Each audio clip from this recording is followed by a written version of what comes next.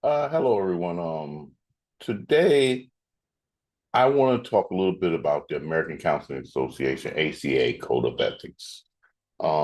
This document is the foundation of professional counseling practice here in the United States.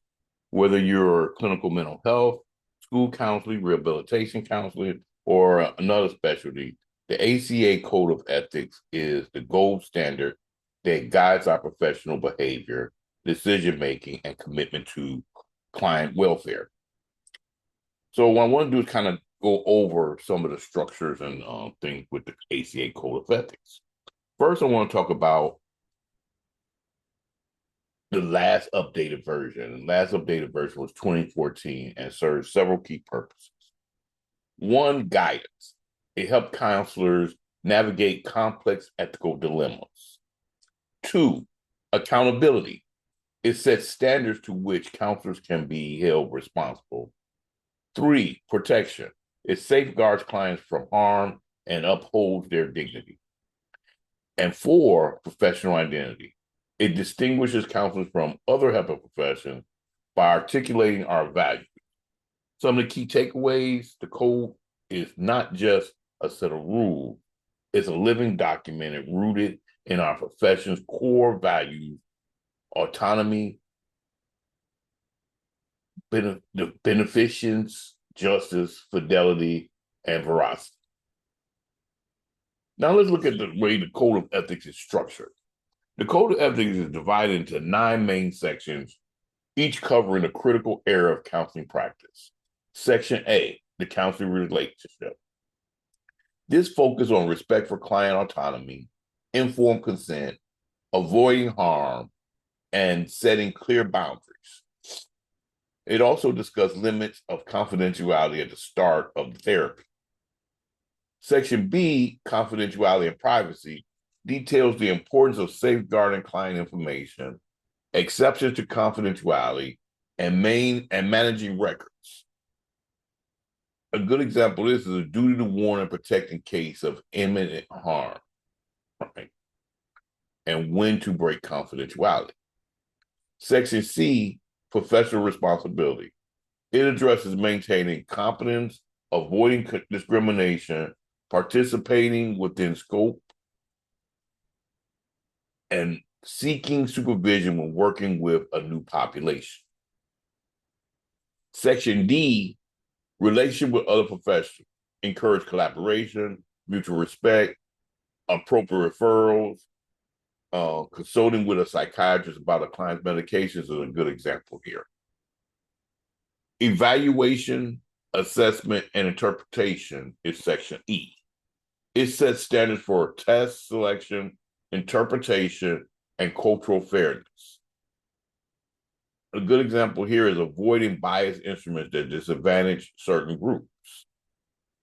Section F, supervision, training, and teaching, addresses ethical responsibility of supervisors, educators, and trainees. It provides a clear, constructive feedback to students.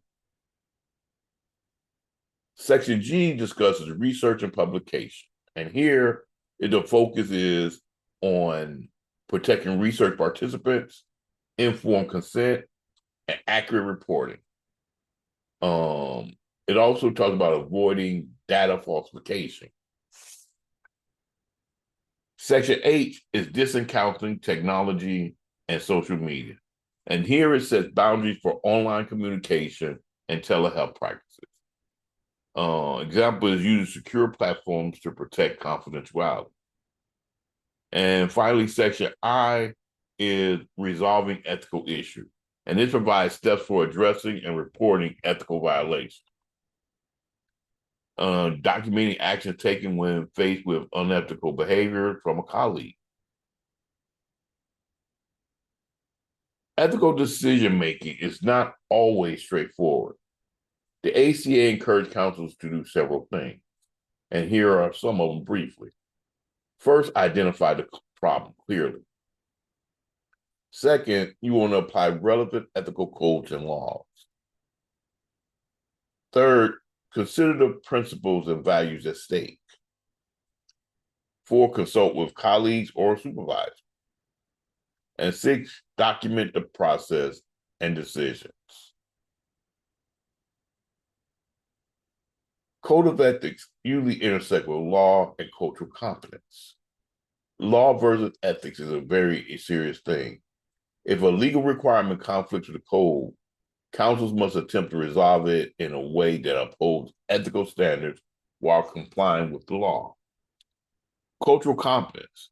The code reinforced the importance of practicing with awareness and respect for cultural identity experiences, which is crucial in diverse communities.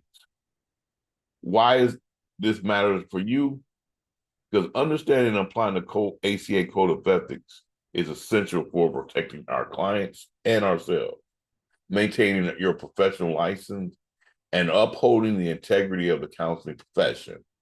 Remember, ethical practice is not just about avoiding harm. It's about actively promoting the well-being and dignity of those we serve. In the coming weeks, we'll apply the AC Code of Ethics to real-life counseling scenarios so you can strengthen your ethical decision-making skills. I encourage you to look at the Code of Ethics that's in your learning management system or from the ACA website. I want to thank you for joining me today, and I look forward to further discussions in class.